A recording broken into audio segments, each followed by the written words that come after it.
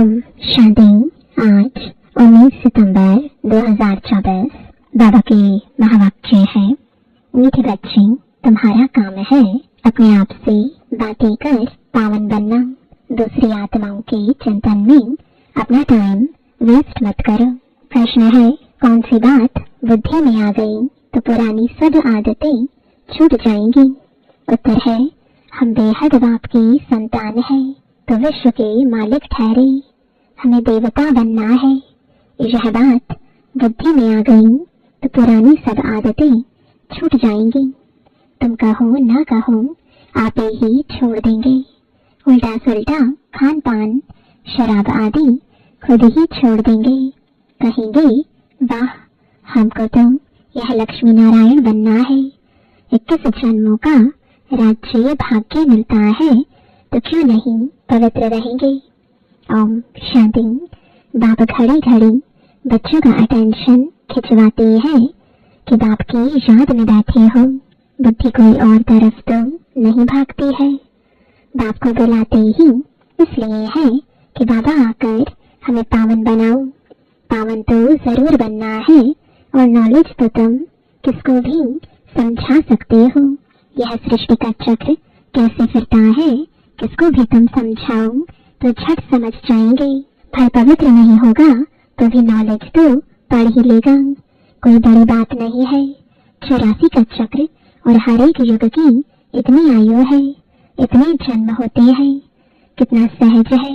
इनका कनेक्शन याद से नहीं है, यह तो है पढ़ाई। बाप तो यथार्थ बात समझाते हैं। बाकी है सत प्रधान बनने की बात, वह होंगे याद से। अगर याद नहीं करेंगे तो बहुत छोटा पद पा लेंगे, इतना ऊंच पद पा नहीं सकेंगे। इसलिए कहा जाता है अटेंशन।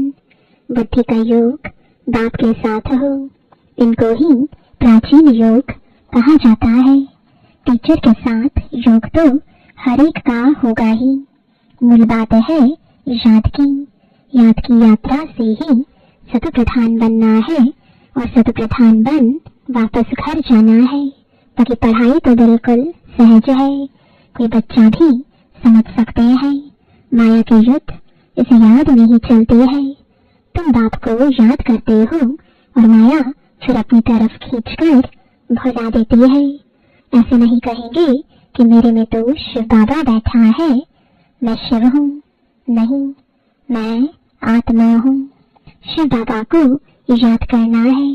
ऐसे नहीं, मेरे अंदर शिव की प्रवेशता है, ऐसे हो नहीं सकता। बाप कहते हैं, मैं कोई में जाता नहीं हूँ। हम इस रथ पर सवार होकर ही तुम बच्चों को समझाते हैं। हाँ, कोई दल बुद्धि बच्चे हैं और कोई अच्छा जिज्ञासु आ जाता है तो उनके सर्वस अर्थ में प्रवेश कर दृष्टि दे सकता हूँ। सदैव नहीं बैठ सकता हूँ। बहुरूप धारण कर किसका भी कल्याण कर सकते हैं।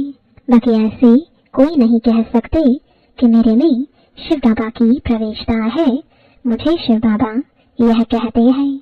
नहीं, शिव बाबा तो बच्चों को ही समझाते हैं। मूल बात है ही पावन बनने की, जो फिर पावन दुनिया में जा सके। 84 का चक्र तो बहुत सहज समझाते हैं। चित्र सामने लगे हुए हैं। बाग बगैर इतना ज्ञान तो कोई दे ना सके। आत्मा को ही नॉलेज मिलती है, उनको ही ज्ञान का तीसरा नेत्र कहा जाता है। आत्मा को ही सुख दुख होता है, उनको यह शरीर है ना। आत्मा ही देवता बनती है। कोई बैरिस्टर, कोई व्यापारी आत्मा ही बनती है।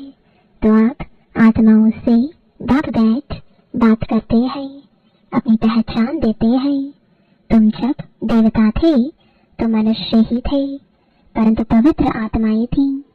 अभी तुम पवित्र नहीं हो, इसलिए तुम्हें देवता नहीं कह सकते। अब देवता बनने के लिए पवित्र जरूर बनना है। उसके लिए बाबा को याद करना है। अक्सर करके यही कहते हैं, बाबा मेरे से यह भूल हुई जो हम देह अभिमान में आ गया। बाग बैठ बच्चों को समझाते हैं, पावन जरूर बनना है। कोई विकर्म ना करो, तुमको सर्वगुण संपन्न यहाँ बनना है। पावन बनने से मुक्ति धाम में चले जाएंगे और कोई प्रश्न पूछने की बात ही नहीं है। तुम अपने से बात करो, दूसरी आत्माओं का चिंतन नहीं करो। कहते हैं लड़ाई में 2 करोड़ मरे, इतनी आत्माएं कहाँ गईं? अरे वह कहाँ भी गए, उसमें तुम्हारा क्या जाता है? तुम क्यों टाइम वेस्ट करते हो? और कोई भी बात पूछने की दरकार नहीं। तुम्हारा काम है पावन बनकर पावन दुनिया का मालिक बनना। और बातों में जाने से मूंछ पड़ेंगे। कोई को पूरा उत्तर नहीं मिलता है तो मूंछ पड़ते हैं। बाप कहते हैं मन मना भव, देह सहित देह के सब संबंध छोड़ो, मेरे पास ही तुमको आना है।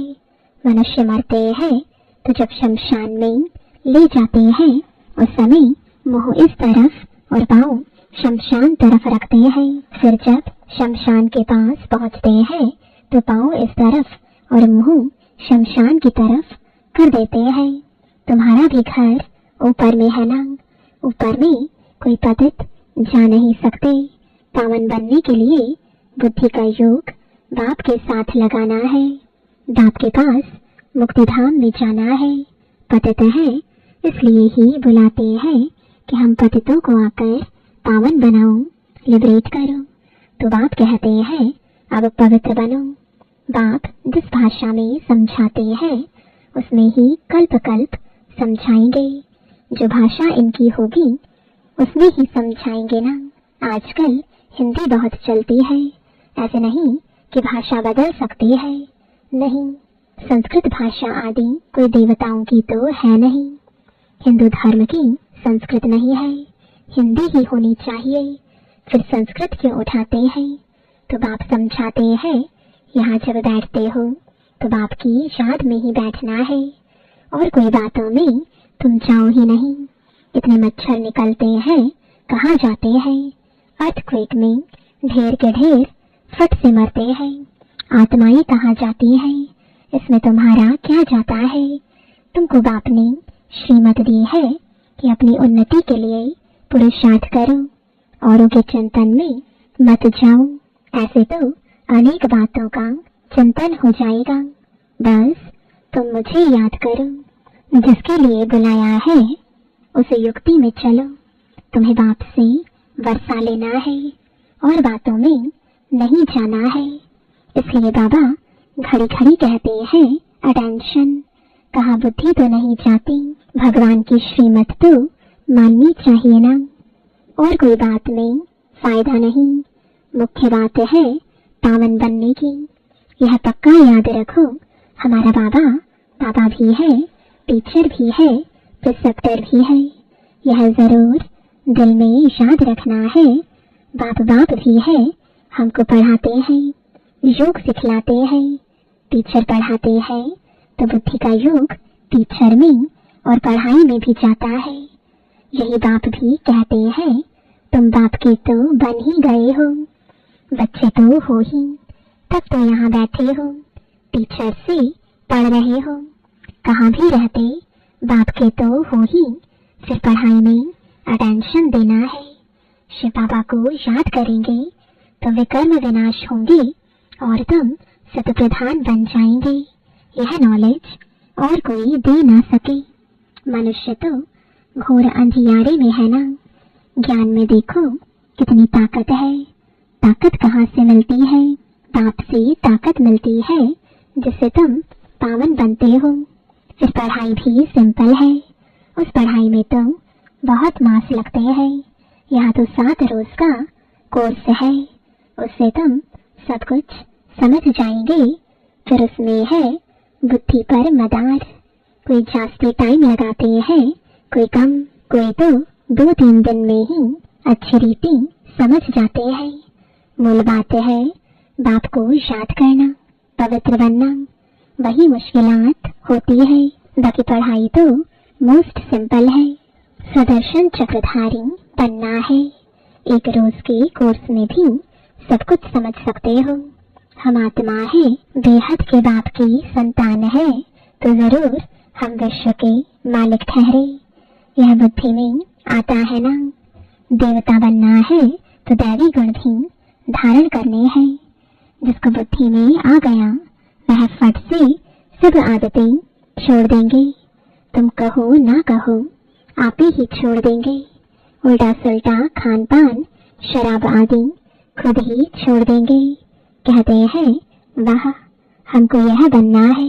21 जन्मों के लिए राज्य मिलता है तो क्यों नहीं पवित्र रहेंगे। चटक जाना चाहिए।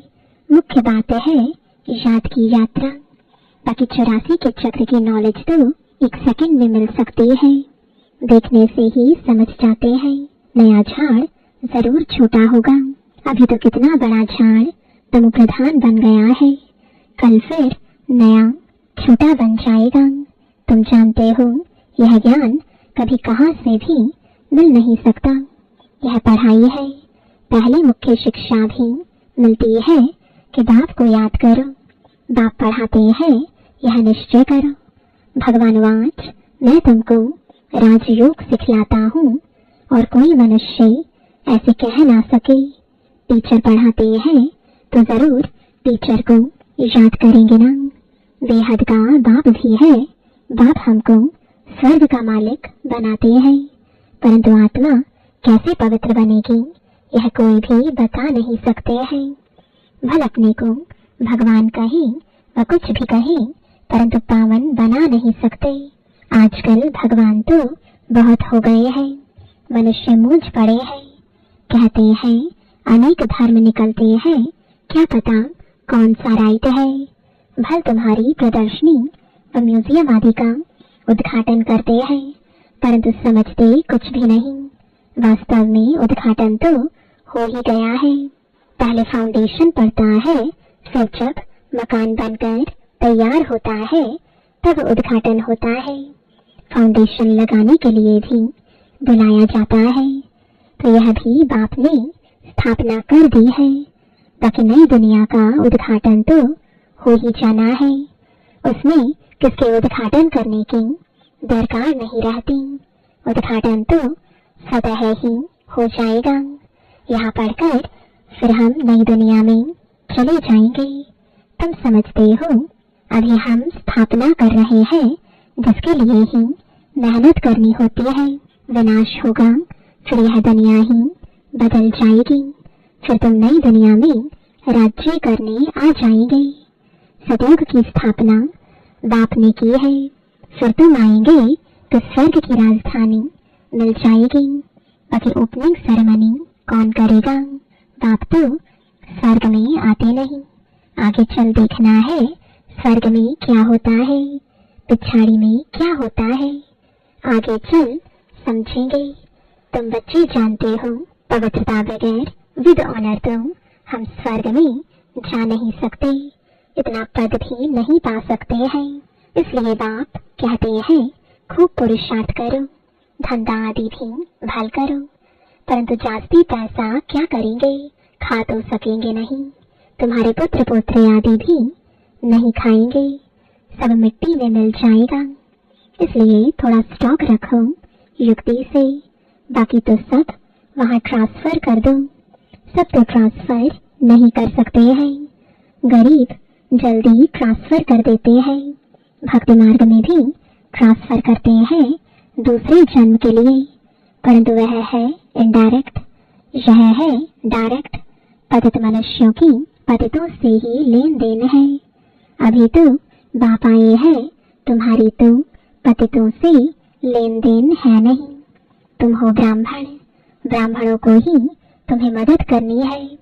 जो खुद सर्विस करते हैं उनको तो मदद की दरकार नहीं। यहाँ गरीब साहूकार आदि सब आते हैं, बाकी करोड़पति तो मुश्किल आएंगे। बाप कहते हैं मैं हूँ गरीब निवास, भारत बहुत गरीब खंड है। बाप कहते हैं मैं आता भी भारत में हूँ, उसमें से भी यह आबू सबसे बड़ा तीर्थ है, जहाँ बाप आकर सारे विश्व की सदगति करते हैं। यह है नर्क। तुम जानते हो नर्क से फिर स्वर्ग कैसे होता है? अभी तुम्हारी बुद्धि में सारी नॉलेज है। बाप युक्ति ऐसी बताते हैं पावन बनने की जो सबका कल्याण कर देते हैं। सतयुग में कोई अकल्याण की बात, रोना पीटना आदि कुछ भी नहीं होता। अभी जो बाप की महिमा है, ज्ञान का सागर, सुख का सागर है, अभी तुम्हारी भी यह महिमा है जो बाप की है। तुम भी आनंद के सागर बनते हो, बहुतों को सुख देते हो। फिर जब तुम्हारी आत्मा संस्कार ले नई दुनिया में जाएगी तो वहां फिर तुम्हारी महिमा बदल जाएगी। फिर तुमको कहेंगे सर्वगुण संपन्न। अभी तुम हेल में बैठे हो। इनको कहा जाता है कांटों का जंगल। बाप को ही बागवान खिवैया कहा जाता है। गाते भी है हमारी नैया पार करो। क्योंकि दुखी है तो आत्मा पुकारती है, महिमा भल गाते हैं, परंतु समझते कुछ भी नहीं। जो आया सो कह देते हैं, ऊंचते ऊंच भगवान की निंदा करते रहते हैं। तुम कहेंगे हम तो आस्तिक हैं। सर्व का सदगतिदाता जो बाप है उनको हम जान गए हैं। बाप ने खुद परिचय दिया है। तुम भक्ति नहीं करते हो तो कितना तंग करते हैं। वह है मेजॉरिटी, तुम्हारी है माइनॉरिटी। जब तुम्हारी मेजॉरिटी हो जाएगी तब उन्हों को भी कशिश होगी, बुद्धि का ताला खुल जाएगा। अच्छा, मीठे मीठे सिचलदे बच्चों प्रति माता पिता बाप दादा का याद प्यार और गुड मॉर्निंग। रूहानी बाप की रूहानी बच्चों को नमस्ते। रूहानी बच्चों की रूहानी बाप दादा को गुड मॉर्निंग और नमस्ते। धारणा के लिए मुख्य सार है, पहला, अपनी उन्नति का ही चिंतन करना है, दूसरी किसी भी बात में नहीं जाना है। पढ़ाई और याद पर पूरा अटेंशन देना है, बुद्धि भटकानी नहीं है। दूसरा, अब बाप डायरेक्ट आए हैं इसलिए अपना सब कुछ युक्ति से ट्रांसफर कर देना है। पतित आत्माओं से लेन देन नहीं करना है। विद ऑनर स्वर्ग में चलने के लिए पवित्र जरूर बनना है। वरदान है, मन और बुद्धि को व्यर्थ से मुक्त रख, ब्राह्मण संस्कार बनाने वाले रोलर भव। कोई भी छोटी सी व्यर्थ बात, व्यर्थ वातावरण व व्यर्थ दृश्य का प्रभाव पहले मन पर पड़ता है, फिर बुद्धि उसको सहयोग देती है। मन और बुद्धि अगर उसी प्रकार चलती रहती है तो संस्कार बन जाता है। फिर भिन्न भिन्न संस्कार दिखाई देते हैं जो ब्राह्मण संस्कार नहीं है। किसी भी व्यर्थ संस्कार के वश होना, अपने से ही युद्ध करना, घड़ी घड़ी खुशी गुम हो जाना, यह क्षत्रिय बन के संस्कार है। ब्राह्मण अर्थात रूलर व्यर्थ संस्कारों से मुक्त होंगे, परवश नहीं। स्लोगन है, मास्टर सर्वशक्तिवान वह है जो दृढ़ प्रतिज्ञा से सर्व समस्याओं को सहज ही पार कर ले। ओम शांति।